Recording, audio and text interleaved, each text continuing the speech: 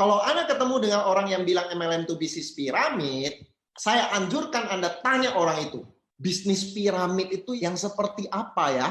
Kenapa? Karena banyak sekali orang yang hanya ngomong bisnis piramid, dia sendiri nggak tahu apa itu bisnis piramid. Belum tentu dia bisa jawab.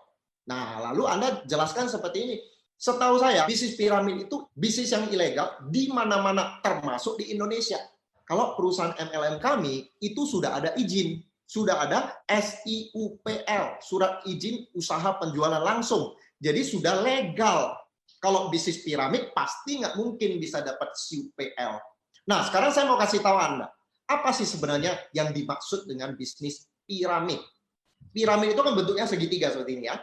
Bisnis piramid itu adalah bisnis yang strukturnya seperti ini, lalu orang paling atas, orang yang lebih dulu join, yang untung, yang bawah itu jadi korban. Makanya Anda lihat gambarnya, yang atas-atas itu make most money, dapat uang banyak, yang bawah lose all money, uangnya habis semua.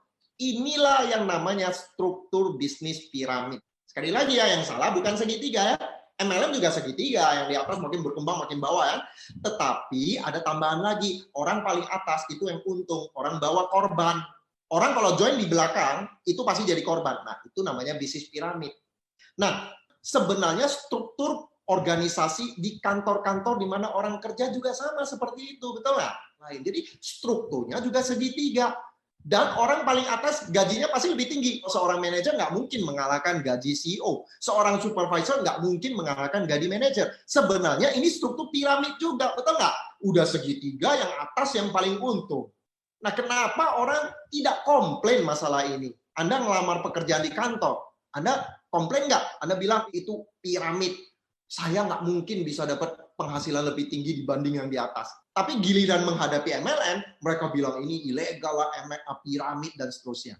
MLM yang benar, yang sudah ada SIUPL, itu fair. Anda harus bisa tunjukkan kenapa menguntungkan secara adil. Kalau A merekrut B, siapa yang lebih dulu join? A kan? Nah, ternyata si B kerjanya lebih keras.